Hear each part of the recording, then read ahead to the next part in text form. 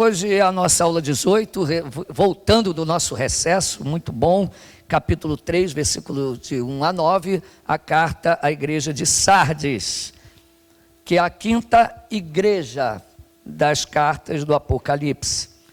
Nós vamos ler o capítulo 3, versículos de 1 a 6, é uma carta menor, né? Vamos ler. Ao anjo da igreja em Sardes, escreve: estas coisas diz aquele que tem os 7 Espíritos de Deus e as 7 estrelas. Conheço as tuas obras, que tem nome de que vives e está morto. Ser vigilante e consolida o resto que estava para morrer, porque não tenho achado íntegras as tuas obras na presença do meu Deus. Lembra-te, pois, do que tens recebido e ouvido, guarda-o, arrependa-te, porquanto, se não vigiares, virei como ladrão e não conhecerás de modo algum em que hora virei contra ti. Tens, contudo, em Sardes, umas poucas pessoas que não contaminaram as suas vestiduras e andarão de branco junto comigo, pois são dignas. O vencedor será assim vestido de vestiduras brancas e de modo nenhum apagarei seu nome do livro da vida. Pelo contrário, confessarei o seu nome diante de meu Pai, diante dos seus anjos. Quem tem ouvidos, ouça o que o Espírito diz às igrejas. Oremos. Senhor, obrigado pela oportunidade de estarmos aqui nesta manhã. Abençoa esta aula. Renova nossas forças e abençoa todo o semestre de estudo que teremos daqui para frente. Em nome de Jesus. Amém. Os irmãos podem se assentar. Hoje estamos estudando aí a carta a Sardes, que faz parte do conjunto das coisas que são, que compreende Apocalipse 2, 1 a 3, 22. Sardes é Apocalipse 3, de 1 a 6. Bom, 4 coisas sem sentido, tá? E que, portanto, não valem nada. Eu quero falar de 4 coisas que não têm sentido, portanto, não valem nada, antes da gente prosseguir com o estudo, tá? Isso é muito importante. Primeiro, muito conhecimento teológico desconectado de uma vida piedosa e humilde apenas gera orgulho e soberba, tá bom? Muito conhecimento teológico desconectado de uma vida piedosa, a única coisa que vai produzir é orgulho e soberba, tá bom? É bom conhecer teologia, é bom você aprender, é necessário, mas se isso não produzir piedade, é em vão. Essa é a primeira coisa inútil que eu gostaria de dizer aqui antes da gente prosseguir. Segundo, uma boa teologia sem prática de nada vale, sendo uma fé morta em si mesma, tá? Teologia sem prática, sem colocar em prática o que você sabe, torna-se uma fé morta. Você defende algo que você não pratica, conforme Tiago avisa bem. A fé sem obras, ela é morta. Isso tem tudo a ver com o nosso estudo. Lembra que nós estudamos Tiatira? Tiatira foi louvada por ter obras, muitas obras. Porém, ela começou a tolerar e defender aqueles que ensinavam a idolatria, a comer sacrifício aos ídolos, a uma vida promíscua e licenciosa. Então, o contrário também é errado. Obras sem teologia não vale nada. O católico geralmente segue esta linha, tá? Ele crê que a salvação é por obras. E muitas igrejas católicas ainda praticam muitas obras, porém, obras sem sentido, porque não são acompanhados de um conhecimento verdadeiro das Escrituras, né? A tradição é colocada acima das Escrituras, os decretos do Papa estão acima da Escritura, mas o oposto, nós geralmente não tendemos a cair no erro de Tiatira, mas nós vamos ver que nós caímos no erro de Sardes, muitas vezes, porque o oposto também é erradíssimo, tá? O conhecimento sem prática é um absurdo, é ilógico, tá bom? O que nós mais vemos em seminários, o pastor Danilo está acostumado com vida acadêmica, eu fiz lá o Martin Butzer, fiz o Andrew Jumper, estou lá no PV, e uma das coisas que nós mais vemos é jovens arrogantes, porque conhecem, e geralmente conhecem um pouco ali da teologia, e às vezes batem boca com professores, com mestres, querem lá discutir com Franklin, com Jonas, como se estivessem lá já no topo lá da escada teológica, tá? E temos que ter muito cuidado com isso, tá bom? Então, repetindo aqui, ó, muito conhecimento sem piedade dá orgulho. Teologia sem prática é fé morta. Adquirir conhecimento sem compartilhar é egoísmo. Fútil. Fútil. Para que você aprende?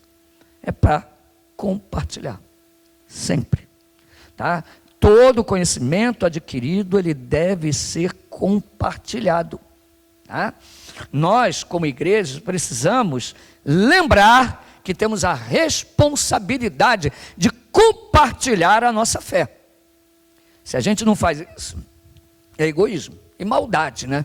Maldade, tá bom? Então, se você sabe a verdade, a mensagem que pode arrebatar almas do inferno, vamos assim dizer, e você não compartilha isso, você é mau e egoísta. Mau e egoísta. E começamos até a questionar a salvação de pessoas assim, né? E, por último, falei que eram 4 coisas, né? Teologia que não glorifica a Deus, busca a glória para si, roubando aquilo que somente a Deus pertence. Então, todo conhecimento adquirido, toda teologia, ela deve visar a glória de Deus, tá? Não é para você aparecer que é muito bom. Eu vejo jovens, às vezes, que estão no seminário. Aliás, louvo a Deus pelas instituições onde eu estudei, tá? Primeira aula que nós temos lá no Martin Butzer, pelo menos na minha época, eu não sei como é que está agora, mas nós tivemos propedêutica teológica com o Jonas Madureira. Ele passou um livrinho, né, pequenininho, que era recomendações para os jovens teólogos, né, e batia muito sobre isso. Então, antes da gente aprofundar no conhecimento teológico, lá eles diziam bem, né? Olha, teologia para a glória própria é até pecado, tá? Você não tem que sair daqui como um arrogante, tá? Porque se eu vou comunicar teologia para a igreja, é diferente de comunicar para a academia, é diferente de comunicar lá na tribo de índio. Se eu quero chegar lá na tribo de índio mostrando que eu sei, eu não vou fazer nada lá, nada, absolutamente nada. Eu tenho que alcançar o coração e a mente deles com a boa teologia.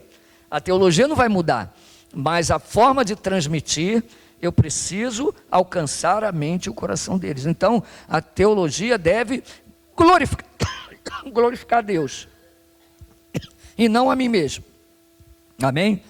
Posto isso, voltando aqui ao nosso texto de Apocalipse, ao anjo da igreja em Sardes escreve: estas coisas diz aquele que tem os 7 Espíritos de Deus. Sardes era uma cidade pequena da Ásia Menor. Ali tinha uma congregação comum, uma congregação pequena, tá? E aquela cidade, ela não tinha muita expressão financeira. Porém, uma coisa caracterizava aquela congregação em Sardes, tá? Vamos assim dizer, a mesmice da igreja. A igreja, ela se reunia sempre, sem novidade alguma, sem nenhuma vida. Era uma igreja que era morta, fria e sem dar vazão alguma para o próprio Senhor agir no meio dela.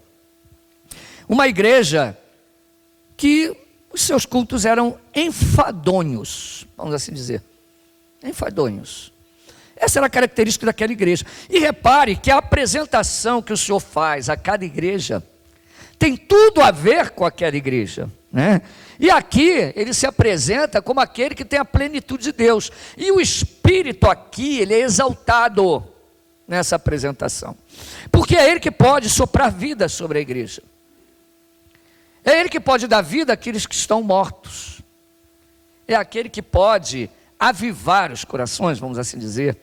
Nós precisamos de avivamento sempre, né? E só Deus pode produzir isso.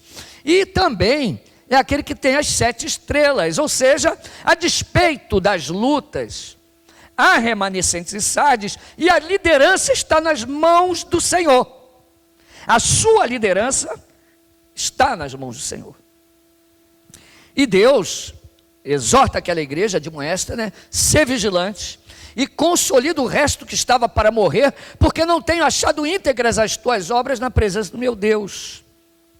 Era uma igreja cujas obras não eram totalmente sinceras, ou, vamos assim dizer, plenamente corretas e aprovadas diante de Deus.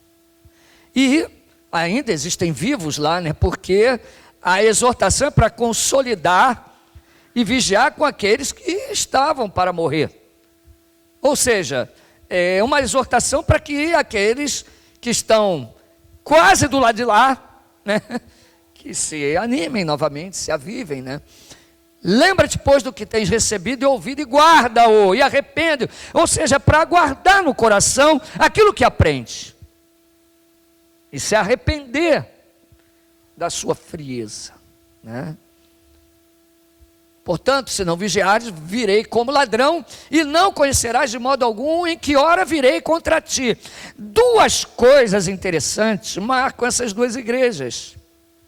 Um aparecimento súbito do Senhor, que poderia surpreendê-los, tanto em Tiatira quanto em Sardes. Virei como ladrão, e não conhecereis de modo algum em que hora virei contra ti. Ou seja, seriam surpreendidos. Deus está mandando que eles, em outras palavras, pratiquem o que eles aprenderam, o que eles estão falando, o que eles estão pregando. Tens, contudo, em Sardes, umas poucas pessoas que não contaminaram as suas vestiduras e andarão de branco junto comigo, pois são dignas. E andar de branco e não contaminar as vestes são metáforas para indicar a santidade, a piedade. Lembra que eu disse que teologia sem piedade não significa nada. Então existem ainda poucas pessoas. Repare os tons sombrios que são dados a esta igreja, quando se refere aos que estavam para morrer, né? Poucos que andam de branco, né? E elas andarão com Cristo, porque são dignas. A promessa é: o vencedor será assim vestido de vestiduras brancas.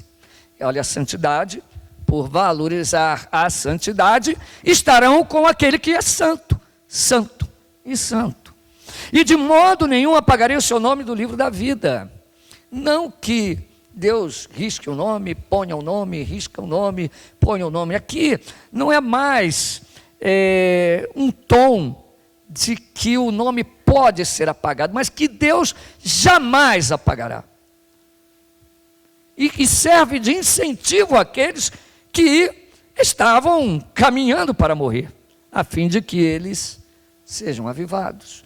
Então, as promessas de Deus para nós, as advertências para aqueles que são salvos, de modo algum servem como uma possibilidade de rejeição da parte de Deus, mas de incentivo a voltar às práticas do primeiro amor, vamos assim dizer.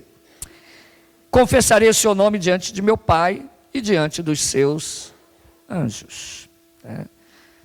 Deus, aquele que se envergonhar de mim, diz: Senhor, né, eu me envergonharei dele diante do meu Pai. E aquele que não se envergonhar do meu nome, eu não me envergonharei dele. Então aqui, repare que na carta, todas as promessas e bênçãos têm sempre um tom assim, de contrapor algo negativo. Ou seja, porque o estado daquela igreja era um estado assim, vamos assim dizer, que ela estava no UTI. Deus está levando a igreja para a UTI, tá? advertindo aquela igreja, tá? Para que fossem animados novamente, né? E só o Espírito poderia fazer isso. Quem tem ouvidos, ouça o que o Espírito diz às igrejas. É interessante que essa, vamos assim dizer, fórmula de Deus falar nas cartas, ela muda de Tiatira em diante. Porque antes, o quem tem ouvido para ouvir, vinha antes da promessa. Mas agora, essas cartas finais, elas estão trazendo o que quem tem ouvido para ouvir, ouça no final da carta. Como se estivesse querendo mostrar que somente aqueles que se arrependem são aqueles que têm ouvido para ouvir. Precisamos lembrar algumas coisas que vale a pena, né? Vale a pena lembrar. Primeiro, o método que nós estamos adotando, tá? Nós ficamos aí 6 meses de descanso. Qual o método que nós estamos adotando ao interpretar o Apocalipse? Histórico, gramatical, tá? Estamos partindo de uma perspectiva pré-milenista, nada contra as outras, tá? Mas nós estamos baseando em uma perspectiva pré-milenista, tá bom? E nós estamos adotando um método histórico gramatical, olhando para o Apocalipse como tendo a maioria do seu texto futurista, se referindo ao futuro, tá? O capítulo 1 é o que João viu na ilha, o capítulo 2 e 3 referente às coisas que são pertencentes à igreja na terra, e o capítulo 4 em diante passa para o futuro. Então, a perspectiva que estamos usando é futurista, histórico-gramatical, né? E também temos visto o Apocalipse como um livro profético por excelência, com uma progressão e sucessão dentro da revelação do Apocalipse, tá? É dessa forma que nós estamos vendo o livro, tá bom? É bom colocar isso para que os irmãos podem ver outras perspectivas, né? Que não necessariamente são hereges, né? Mas aqui nós estamos estudando dessa forma. Nós dividimos o livro em 3 partes, tá? Conforme Apocalipse 1:19, que é a chave do livro.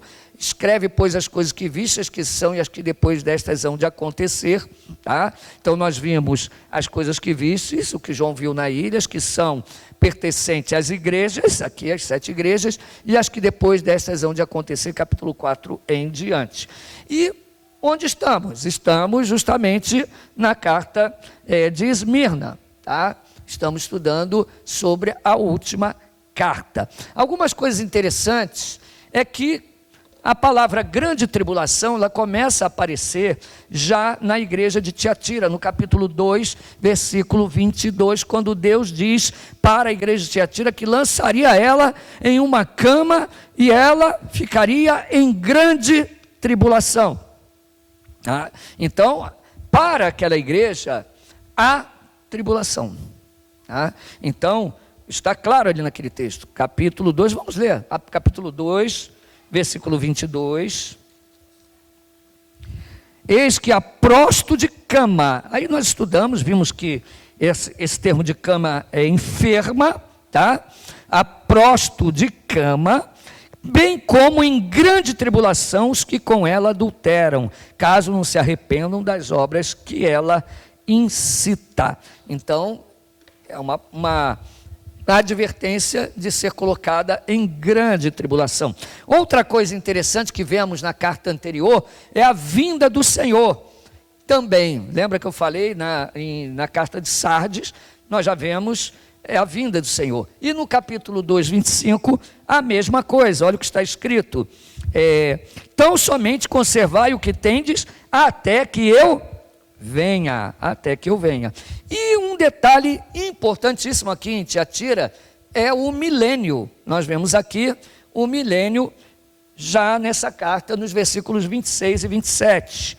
Ao vencedor que guardar até o fim minhas obras, eu lhe darei autoridade sobre as nações, e com cetro de ferro as regerá, e as reduzirá a pedaços como se fossem objetos de barro. Nós vemos essa referência ao milênio, tá? Por que nós sabemos disso? Lá na frente nós vamos estudar sobre isso, tá? Cristo é aquele que vem e regerá as nações com cetro de ferro, tá? Ou seja, com justiça total e plena, né? Mimimis que gostam de defender um falso amor, né? Não vão gostar disso, tá? Porque Cristo é justo, ele é amor, mas ele é justo também. Bom, Tiatira, nós estudamos antes, né? Lembra que significava sacrifício perpétuo, oferta contínua, consolidação do poder papal. Lembra, em Tiatira há um sacrifício perpétuo. Nós vimos o significado da missa, lembra? Na última aula do outro semestre. Tá? Tiatira corresponde a esse período. Que período? Consolidação do poder papal desde o ano 540 aproximadamente. Tá? A corrupção que estava entrando na igreja em Pérgamo, lembra? O casamento da igreja com o Estado. Agora em Tiatira definitivamente se implantou ao ponto de ser chamado de quê? Trono de Satanás. Tiatira leva-nos ao pleno desenvolvimento do romanismo. A apostasia romana tem colocado uma mulher no lugar do Filho de Deus. Lembra que a carta de Tiatira começa, isso diz aquele que é o Filho de Deus.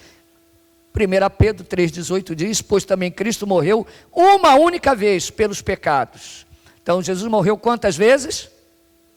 Uma. Na missa Jesus morre toda a missa, tá? É um sacrifício repetitivo. Tiatira aponta para isso, tá? Um sacrifício contínuo.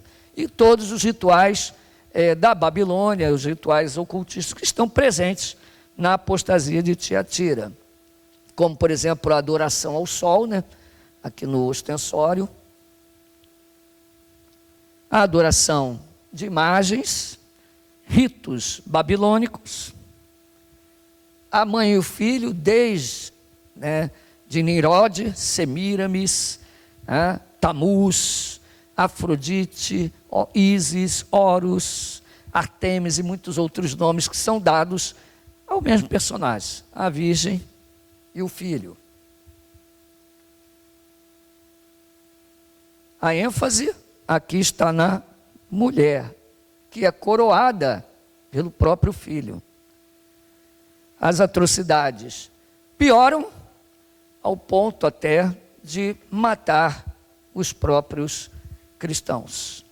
Tá? Os crimes hediondos cometidos pelo catolicismo ao longo da história contra os próprios servos de Deus. Torturas,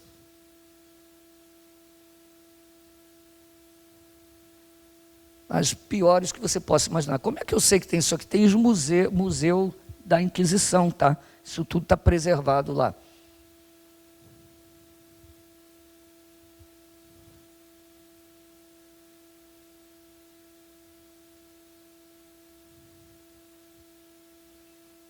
E as torturas eram feitas diante dos sacerdotes, tá?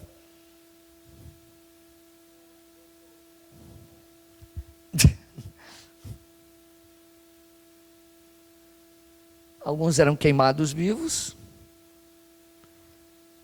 Esse aqui é um esmagador de crânio. O requinte de crueldade era enorme. Aqui é a Virgem de Nuremberg, que era uma tortura famosa. A pessoa era colocada dentro dessa imagem de ferro, né, que era uma virgem oca.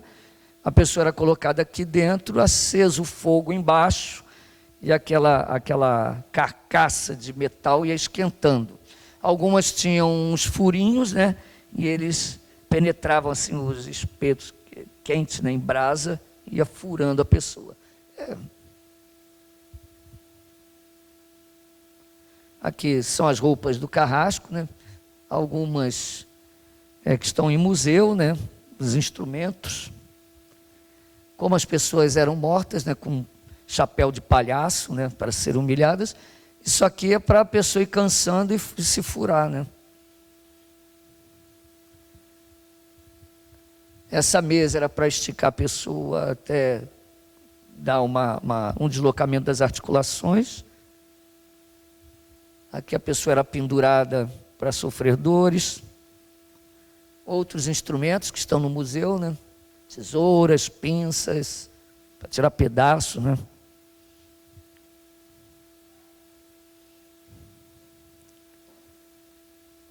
Aquela vovozinha, né? Mãezinha, boazinha, né? Que vai lá no catolicismo, na adorar a imagem, você tem medo de pregar para ela, para não entristecer ela, né? Ela não está indo para um lugar muito bom não, tá? Se fosse você, falava a verdade. Com jeito, lógico, né? Com mansidão. Esse pêndulo, a pessoa era amarrada, ia descendo, aí você já sabe o que acontecia, né? Aqui a Virgem também, de novo, esmagador de dedos ali em cima. Ela é a grande prostituta do Apocalipse, que caminha junto com a besta. E tem na sua mão um cálice com o sangue dos santos. E na sua testa escrito Babilônia, a mãe de todas as abominações da terra. Então esse é o período que corresponde a Tiatira. Repare que a consolidação do poder papal, ela é hegemônica e ela vai até o fim. Tá?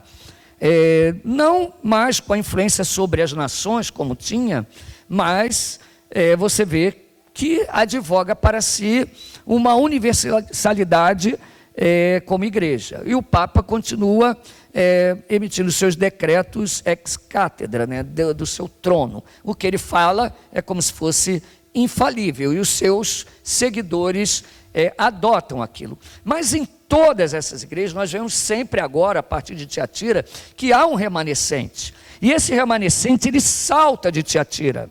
Tá? E aí nós chegamos ao período de Sardes. E a palavra, olha que interessante, a palavra latina para Sardes é renovado, ou renovo. É um renovo que salta ali de Tiatira, tá? Buscando o quê? Escapar dessa morte. E um renovo que se volta à Escritura, ouvindo, tá, o que Cristo diz e guardando em seu coração. A palavra sardes ou sardo, no grego significa vermelho, o sol nascente. O sol que nasce, é o vermelho, sardo. Lembra do sardento? Sarda, vermelho, o sol vermelho. Algo que está nascendo, algo que está surgindo, que no latim corresponderia a um renovo, a uma renovação. Acho que você já pescou um pouco, né? Jesus se apresenta para uma igreja que estava morta como aquele que tem a plenitude do Espírito, aquele que tem os seus líderes nas mãos, é aquele que impede a morte total, pelo poder do seu Espírito, pela sua palavra, ele mantém líderes em suas mãos, aqueles que são realmente deles, para trazer um renovo, para fazer com que o sol brilhe novamente, não o sol da bolacha, o biscoito consumido na missa, mas o sol verdadeiro, que é Jesus Cristo. Então, a reforma, ela começa. Esse período, ele corresponde aproximadamente, não vamos falar algo total, por quê? Porque a reforma, na verdade, ela foi um processo.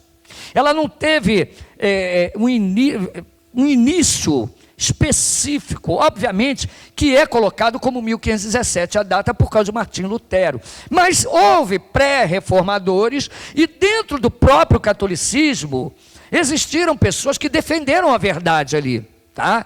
Existiam pais daquela época que defendiam as escrituras, tá? Dentro do caos e da morte, sempre existem aqueles que são servos de verdade. Vide hoje o mundo como está, a situação das igrejas que estão descambando completamente, ou para o sentimentalismo pentecostal, ou para o liberalismo teológico, ou para o progressismo totalmente infiltrado nas igrejas, mas nós vemos que sempre há uma voz que se levanta como um renovo. Sempre há aqueles que ouvem, escutam a voz do Espírito e colocam a Escritura em prática.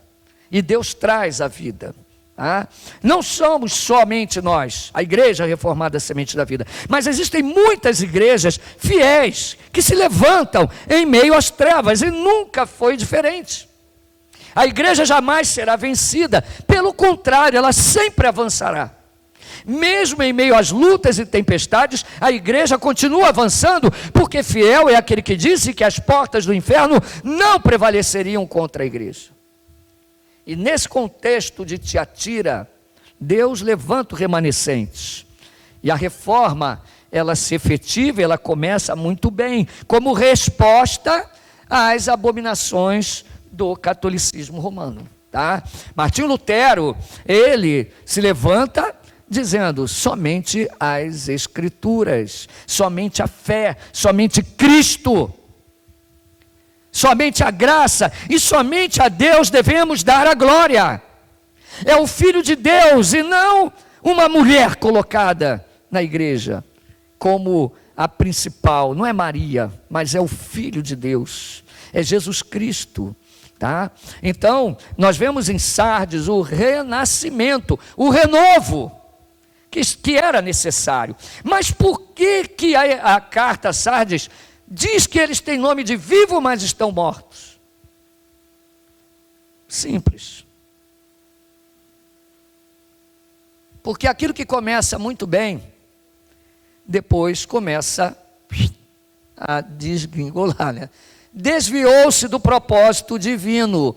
Muitos aceitaram a proteção de reis e pagaram com a mesma moeda em resposta à perseguição. Houve uma época em que houve uma verdadeira carnificina de católicos e protestantes. O humanismo penetrou também na igreja e o formalismo exagerado tomou conta, muitas vezes extinguindo a obra do Espírito. Suas obras não foram íntegras diante do Senhor. Quando nós olhamos, por exemplo, para o movimento luterano hoje, o que restou da igreja luterana? Nós vemos nitidamente uma igreja completamente morta. Tenta conservar a teologia, mas aceita coisas que até mesmo o catolicismo não aceita. Nós vemos, por exemplo, as questões identitárias de gênero totalmente assimiladas no movimento luterano. A igreja anglicana, ela ordena, tá, homossexuais. Feminismo, progressismo, liberalismo teológico, tudo isso penetrou dentro de igrejas que professavam uma teologia sadia, mas logo morreram e tornou-se uma fé completamente morta. É o que estava acontecendo naquela igreja, naquele século. Uma igreja, Sardes, simbolizando algo que Deus quer falar a nós em nossos dias, uma pequena comunidade que caiu num sistema inútil e ritualista, tão ritualista como as práticas de Tiatira. Frio e sem vida. Alguns problemas que observamos ao longo da história: guerras sangrentas de católicos e protestantes, disputas e divisões dentro da própria reforma, disputas que a gente pensa que eram debates bonzinhos, né? Não eram debates tranquilos, não. Tinham debates feios. Tá? A questão, por exemplo, do batismo, pedobatismo, credobatismo, foi motivo de prisão até. Prisão. Vejam o filme Os Radicais, que mostram como que, por exemplo, Michael Sattler, que é um monge católico, ele se converte e ele fica todo feliz e foge lá para o cantão de Zurique, onde estava Ulrich Zwingli. E ele chega lá, todo animado, e ele surpreende que ele é preso. Ele é preso lá, e ele é obrigado, né, a assinar um termo sobre batismo. Nós vemos debates acirrados nessa fase da igreja, que às vezes não se limitavam apenas a debates. E a gente não pode idolatrar algo que Deus não permite, tá bom? Esse período, Sardes foi uma igreja que caiu num ritualismo morto. E nós temos que ter cuidado. Por isso que eu iniciei a aula falando: teologia sem piedade não adianta nada. Teologia sem prática não adianta nada. Se não compartilhar o que você aprende, não adianta nada também. Tá? A reforma procurou a proteção de reis, de duques, e depois exagerou nisso.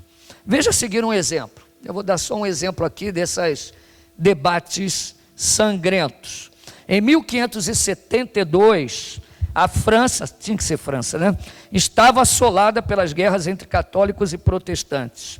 Carlos IX foi tornado rei aos 10 anos, passou o poder do reinado para sua mãe Catarina de Médici, católica fanática.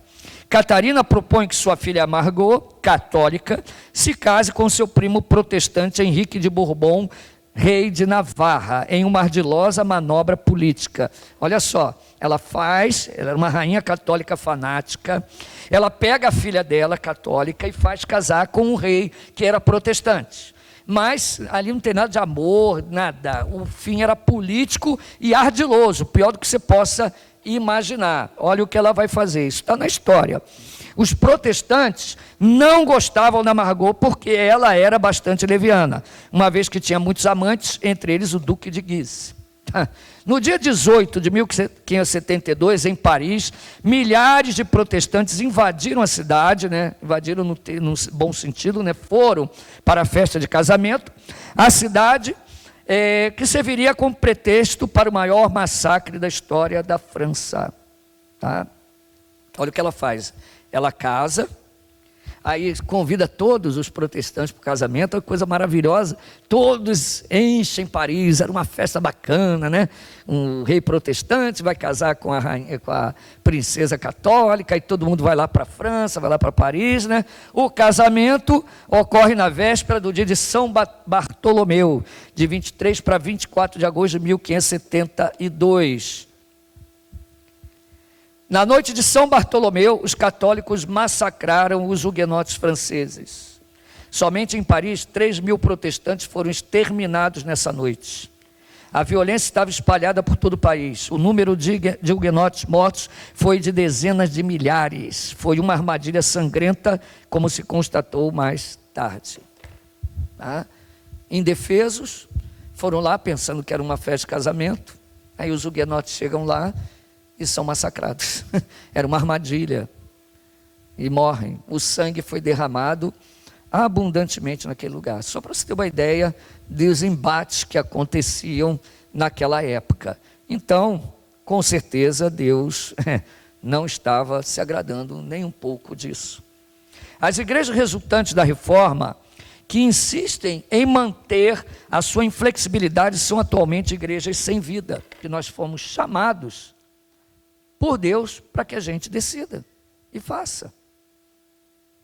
E existem coisas que a igreja inteira participa, mas existem decisões que Deus chamou os presbíteros para tomar.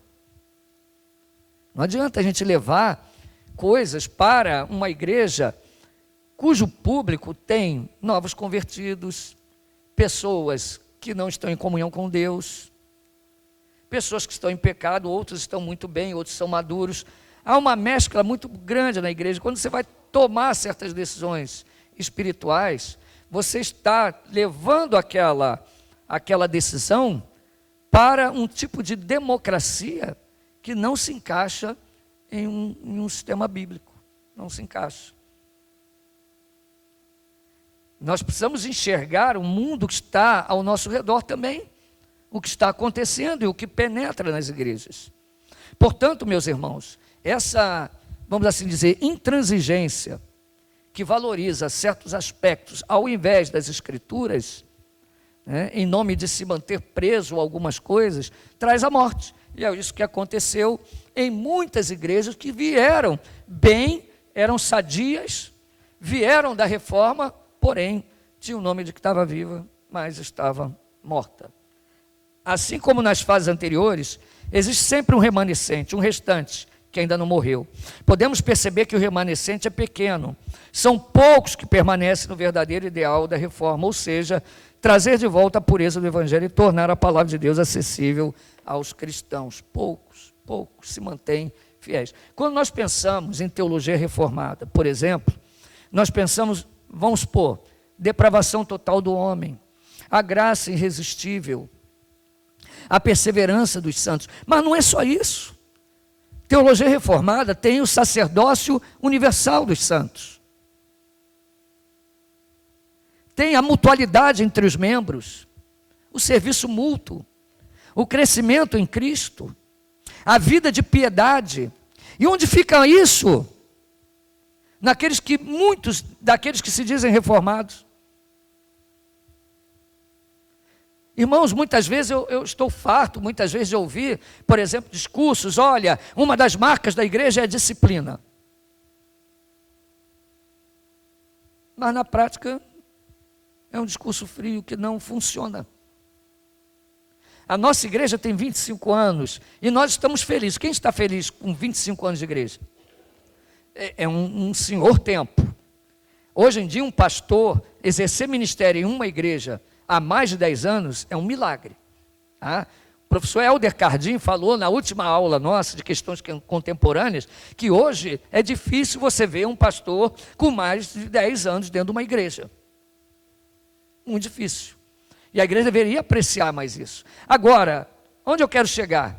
25 anos é muito bom, mas dentro de um contexto de anos de história é pouquíssimo. Pouquíssimo. Então a nossa igreja, vamos assim dizer, é um bebê. É um bebê. Comparado com igrejas de tradição, já de 100 anos. Quando eu fui fazer a Bíblia, falei com a Marianja, mandamos lá para a Sociedade Bíblica, eles mandaram modelos de Bíblias, de igreja comemorando 80 anos, 100 anos. Eu estava feliz com os 25. 100 anos, 80. Mas pode se alegrar, sabe por quê?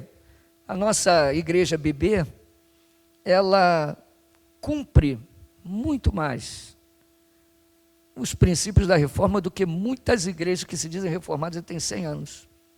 Que eu fico até abismado às vezes de ver. Eu tenho certeza que esses pregadores que virão aqui, eles ficarão muito felizes de ver a nossa igreja. Os hinos cristocêntricos. Existem igrejas que dizem que são reformadas hoje. A igreja lá onde meu sobrinho congrega, é ministério. A minha sobrinha adolescente de 11 anos chegou feliz. Tio, eu assumi um ministério, 11 anos. Aí, é o ministério de totó da minha igreja. O ministério de totó, o que é isso? É de jogo de totó. Tem ministério do videogame, ministério de não sei das quantas, tem cultos de velho, cultos de criança.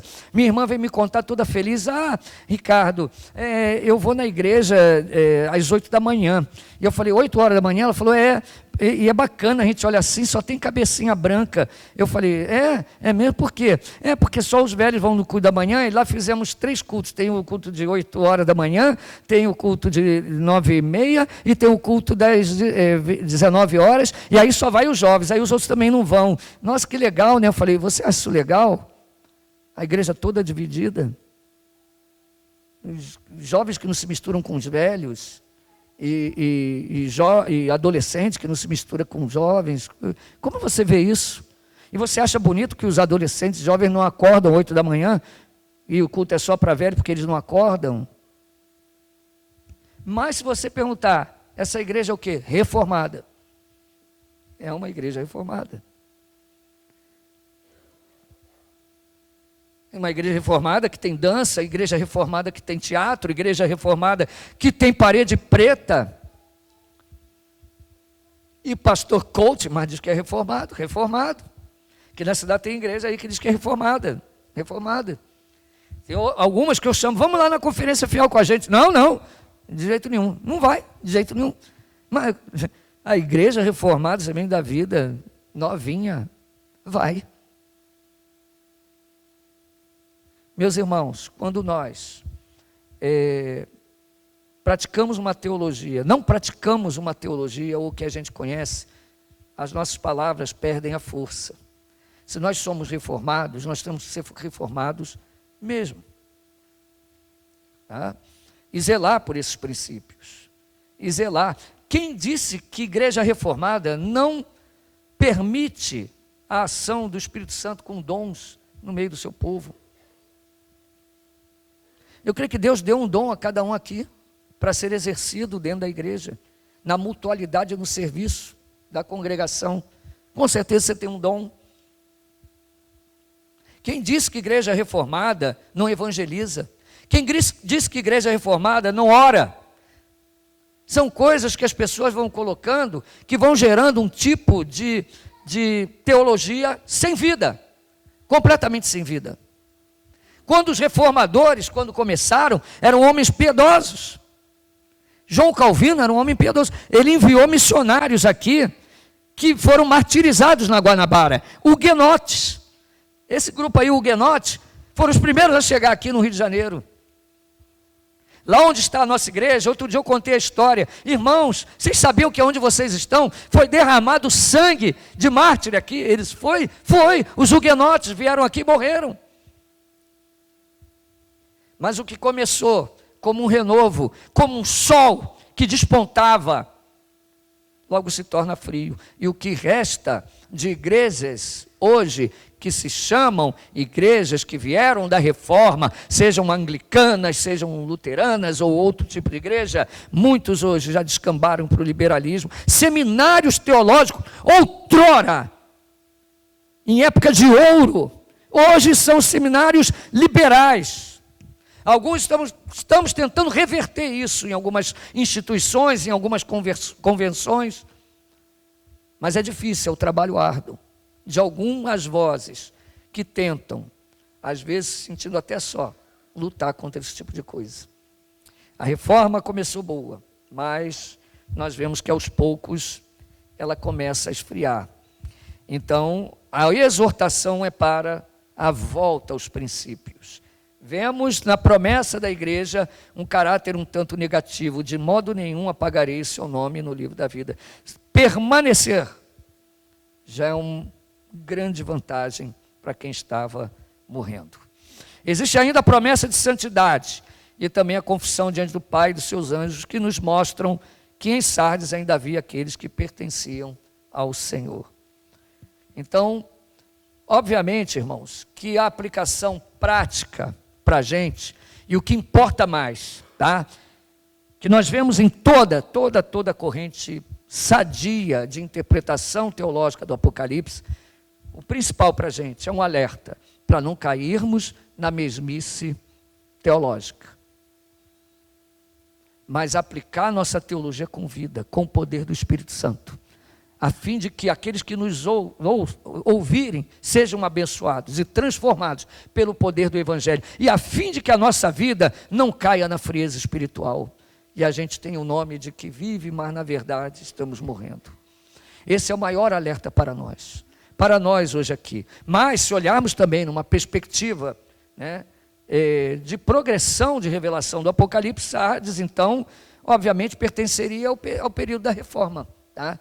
Que vamos aqui datar aproximadamente em 1517, que vai caminhar até os grandes avivamentos, né, dos movimentos de 1750, que traz a evangelização e as missões mundiais, né? Nós vamos ver isso na próxima aula. Eu gostaria que os irmãos se colocassem de pé. Então, só para deixar bem claro aqui, tá, irmãos? Essa é uma opção para você enxergar o livro numa perspectiva de linha histórica, tá?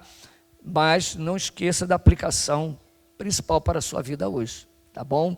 Muitos caíram, enfraqueceram e esfriaram por causa de um ritualismo morto, tá bom? Nós vamos orar. Eu peço que você permaneça sentado para nós comunicarmos uma decisão que tivemos em assembleia, amém?